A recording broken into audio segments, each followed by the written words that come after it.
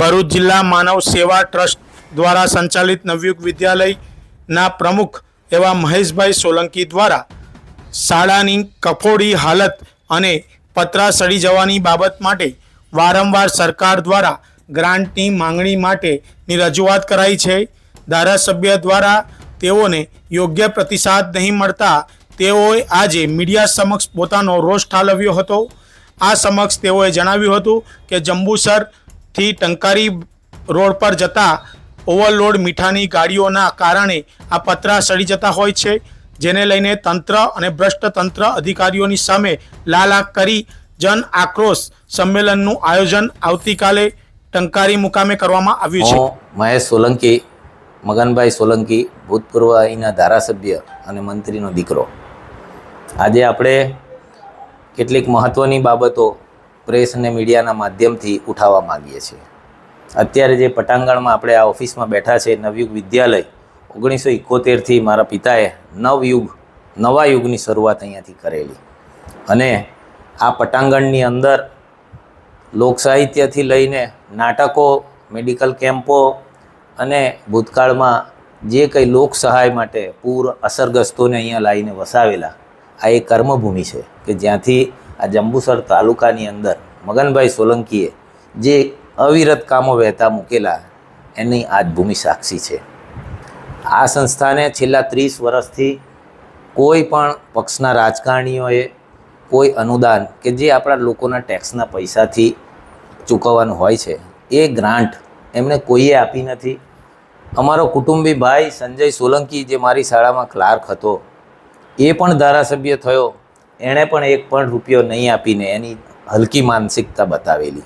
કિરણ મકવાણા અને અત્યારે 2.5 વર્ષથી સાધુ કહેવાતા ડીકે સ્વામી કે જેમણે ચૂંટણી પહેલાં મારી સાથે બહુ સારી ગોળ ગોળ વાતો કરેલી, પણ 2-4 મુદ્દા એમની પાસે આપણે રજૂ કરેલા પણ એ મગનું નામ મરી પાડેલું નહીં। હમણાં પણ મને મળેલા નાળા ગામે, ત્યારે પણ કહ્યું, પિલુદ્રામાં હનુમાનજીની પ્રાણ પ્રતિષ્ઠામાં મળ્યા ત્યારે પણ કહ્યું, એમના અંગત મિત્ર પ્રવીણસિંહ રાહુલજી મારા ખાસ મિત્ર છે, એમના મારફતે કહ્યું કે આ સંસ્થાઓ કોઈ પાર્ટીની નથી। આ સંસ્થામાં તાલુકાના દરેક પાર્ટીના બાળકો અહીંયા અભ્યાસ કરે છે। આ સંસ્થા 15-16 વર્ષથી સતત પહેલા બીજા નંબરે 10મા 12મામાં ઝળહળતું પરિણામ લાવવા માટે પંકાયેલી છે અને આ સંસ્થાના પતરા બીજી વાર સડી ગયા અને આપણે બીજી વાર નાખવાના થશે। હમણાં જ આ એક મોટું ગાબડું પડ્યું છે। હવે 30 વર્ષ આ અને આ 1967ની આ બિલ્ડિંગ જ્યારે સ્થાપના થઈ હશે ત્યારથી આને મરમ્મતની જરૂર પડે જ, છતાં પણ આ લોકોએ એક નિષ્ક્રિયતા રાખીને આ જગ્યાનો અને આ સ્થળનો સતત અનદેખી કરી છે।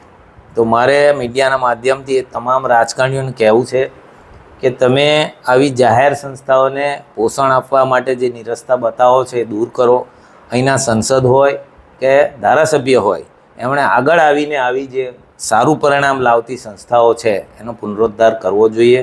તમે જે કંઈક અનુદાન આપશો, ગ્રાન્ટ આપશો, એ આ રાજ્યના લોકોના ટેક્સના પૈસાથી છે અને એક વ્યવસ્થા રૂપે જ તમે આ કામ કરી રહ્યા છો, પણ તેને સહભાગી થાવ એવી મારી નમ્ર અપીલ છે। બીજો મુદ્દો, આ શાળાની બાજુમાં આવેલો રોડ કે જેના કારણે આ શાળાના પત્ર સડી જાય છે, એ ઓવરલોડેડ મીઠાની ટ્રકો રાત દિવસ અહીંયાથી ચાલી રહી છે અને રોડ ને રસ્તાઓ એ જ ટ્રકોના કારણે તૂટી જાય છે। આ નગરોળ તંત્ર, એ પોલીસ ખાતું હોય કે આરટીઓ હોય, ફક્ત હપ્તા ખાઈને આ લોકોની આંખ મીચમણા કરી રહ્યા છે। મારી અમને સીધી વોર્નિંગ છે, તમે પબ્લિકના સર્વન્ટ છો, પોલીસવાળાથી લઈને ડીએસપી ને કલેક્ટર સુધીના, તમે પ્રજાના સેવક તરીકે કામગીરી કરો, નહીં તો આવનારા દિવસોમાં તમારી સામે ખાતાકીય તપાસની માગણી કરીશ અને જે અધિકારીએ કામગીરી નહીં કરી હોય એની સામે એમને ડિગ્રેડ કેમ નહીં કરવા એની પણ માગણી કરવામાં આવશે। એટલે કોઈ અધિકારી ફક્ત એના સ્ટાફનો સાહેબ છે, એ કોઈ પણ ઓફિસ હોય, આ પ્રજાતંત્ર છે, પ્રજાએ તમને નોકરીને પગાર આપીને રાખ્યા છે અને પ્રજાના કામો પ્રત્યે દુર્લક્ષ નહીં સેવશો, નહીં તો બીજા બધા ભલે બીતા હોય પણ આ સોલંકીનો દીકરો છે, તમને છઠ્ઠીનું દૂધ યાદ કરાવી દઈશ। એટલે મહેરબાની કરીને કચેરીઓની અંદર જે કંઈ ભ્રષ્ટાચારો થઈ રહ્યા છે, ટેબલ નીચે વજન આપો તો જ તમારી નકલો પાસ થાય, તમારા દસ્તાવેજો પાસ થાય। એ તમામ ધતિંગના મેં વિડીયો ઉતારી લીધા છે 1 મહિના પહેલાં. એટલે જે ચીનુભાઈ મારી સામે આંખ ઊંચી કરશે એને એનો વિડીયો હું પહેલો પોસ્ટ કરીશ, ખાતાકીય તપાસ માગીશ.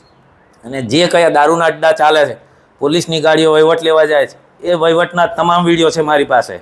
અને અગાઉ મેં કીધું હતું કે ગરીબના દીકરાઓ હલકો દારૂ પીને મરી જાય છે, 20-22 વર્ષના દીકરા દીકરીઓ વિધવા થાય છે. અને અમારે પિલુદરાની અંદર જમીન આપીને વિધવા નગર વસાવવું પડ્યું છે અને ઠેરે ઠેર વિધવા નગર વસાવવાની નોબત આવશે. એટલે તમે તમારા હપ્તા માટે દારૂના ધંધા ચલાવો છો એ બંધ કરો અને જાહેર હિતની વાત કરો. નહીં તો આજે મેં કહ્યું કે તમારી સામે જ્યાં જ્યાં અડ્ડા ચાલે છે ત્યાં ખાતાકીય તપાસ કે અધિકારીની મરજીથી જ થાય છે. ગૃહમંત્રીને સીધો અમે કહેવામાં આવશે કે તમે આ જો હપ્તા ના લેવડાવતા હોય તો આ અધિકારી સામે તપાસ કરીને દિન 10માં એને અમે પગલાં લેવાના. અમારે વાયદા નથી જોઈતા. તમે ટેક્સ હોય, પ્રજા પર જે ટેક્સ નાખો છો એ વીજળીનો હોય, કરવેરા, બધા જ તમે એક આના પૈસાથી લો છો. અને પછી જ્યારે પબ્લિકને તમારે એની સેવા આપવાની હોય તો એનું તમે 30 ને 40% જ પરિણામ લાવો છો. એટલે તમે બધા ઠોઠ નિશાળિયાઓ છો. ફક્ત ધર્મની ધજાઓ લઈને લોકોને છેતરશો તો હવે નહીં ચાલે.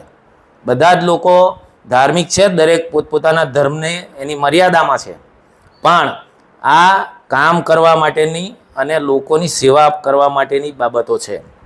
એટલે તમે આ જે વાત કરી એના પર તમામ અધિકારીઓ ધ્યાન આપે. મારે આવતીકાલથી જ ટંકારી મુકામે આ વિભાગના જેટલા લોકો છે કે જેને આ રોડ, રસ્તા અને બીજા પ્રશ્નો છે એની હું જાહેર સભા કરવાનો છું. અને જન આક્રોશ સભા છે એમાં મારે કોઈ તંત્રની મંજૂરી નહીં લેવાની. જે કહેતો હોય કે મંજૂરી લેવાની તો પહેલાં તમે આ ખટારાઓ જાય છે એની મંજૂરી આપી છે ઓવરલોડેડની, એ પહેલાં તમે તમારી વાત કરજો. અને જે વહીવટો ચાલે છે મેં કીધું એમ દરેકના મેં વિડીયો લીધેલા છે. જે ભ્રષ્ટ લોકો છે એટલે સમજી લે કે કોઈ પણ જાતનું દાપણ કરવા આવવાનું નહીં. તમારે તમારું નિયમસરનું કામ કરવાનું, અમે એમાં સહકાર આપીશું. એટલે ટંકારી મુકામે જંબુસરથી લઈને દેવલા સુધીના ગામોના લોકોને આ જે મુશ્કેલીઓ છે એની આવતીકાલે અમે સભા રાખવાના, સવારે 8 વાગે 9 વાગે. અને ત્યાં આગળ જન આક્રોશમાં જે લોકોને જે રજૂ કરવું હોય એ રજૂ થશે. અમે આ મીડિયાના માધ્યમથી ધારાસભ્ય અને તંત્રને જાણ કરીએ છીએ કે તું ઉપસ્થિત રહે, અને જો નહીં ઉપસ્થિત રહે તો એના પછીના દિવસે નાકાબંધી થશે. જેટલા ખટારા રોડ પરથી જાય છે એ ખટારા રોકી દેવામાં આવશે. અને પછી કોઈ પણ ચીનુભાઈ એમ કહેશે કાયદો હાથમાં લીધો તો તમે પહેલાં પૈસા લેવાનું બંધ કરો, પછી કાયદો હાથમાં નહીં લઈએ અમે. એટલે અમને કોઈ ડરાવવાની કોશિશ નહીં કરતા. આ પ્રજા હવે જાગશે અને અમારા જે કંઈ પ્રશ્નો છે એનું તમારે ઓન ધ સ્પોટ નિરાકરણ. આ રોડના ખાડા સોમવાર સુધીમાં જો બુલડોઝર નહીં જાય, ખાડા નહીં પૂરવામાં આવે તો તેના પણ જલદ પગલાં લેવામાં આવશે. એટલે જે વિભાગના આના આરએનબીના માણસો છે, બરાબર, એ ઘોર નિંદ્રામ છે. લોકોના હાડકાં તૂટી જાય એવા ખાડા છે. બે શરમો, શેની નોકરી કરો છો તમે? એટલે તમારી નોકરી પણ પાછી લઈ લેવી જોઈએ. તમારી સામે કેમ પગલાં નહીં લેવા ખાતાકીય એની હું તપાસ માગીશ. આ બધા ખાડાના રિપોર્ટિંગ પ્રેસ મીડિયાના માધ્યમથી કરાવીશ. આ નવયુગ વિદ્યાલયના પતરા છે અને જે કંઈ અહીંયા પણ તકલીફો છે એ પ્રેસ મીડિયાના માધ્યમથી આપણે તંત્ર સુધી પહોંચાડીશું. હવે કાલે જે સભા છે એ મેં મારી જાતે રાખેલી છે, કોઈ રાજકીય પક્ષની સભા નથી. એટલે આ ફક્ત લોકોની મુશ્કેલીઓને નિવારવા માટેની એક સભા છે. એટલે આમાં અમારે જે કંઈ કહેવું હશે એ ત્યાં હાજર રહીને અમે બધાએ રજૂઆત કરીશું. અને આજે આ 2 જ મુદ્દા કે 3 મુદ્દા, એક ઓવરલોડના, એક આ રોડના ખાડા પૂરવાનો અને આ નવયુગ વિદ્યાલયને આ જે તમામ વિદ્યાર્થીઓ આટલું સારું પરિણામ લાવે છે છતાંય કોઈ પણ રાજકારણી એને ગ્રાન્ટ નથી આપી, એ 3 મુદ્દે જ આપણે વાત કરીશું. આગળના દિવસોમાં બીજી સ્થાનિક જે કંઈ બાબતો છે એનો પણ આપણે નિકાલ કરવાની કોશિશ કરીશું. આપ સૌ અમને આ બાબતે સમર્થન આપો એવી સૌને નમ્ર વિનંતી. જય હિન્દ, જય Bharat. Subscribe now and press the bell icon.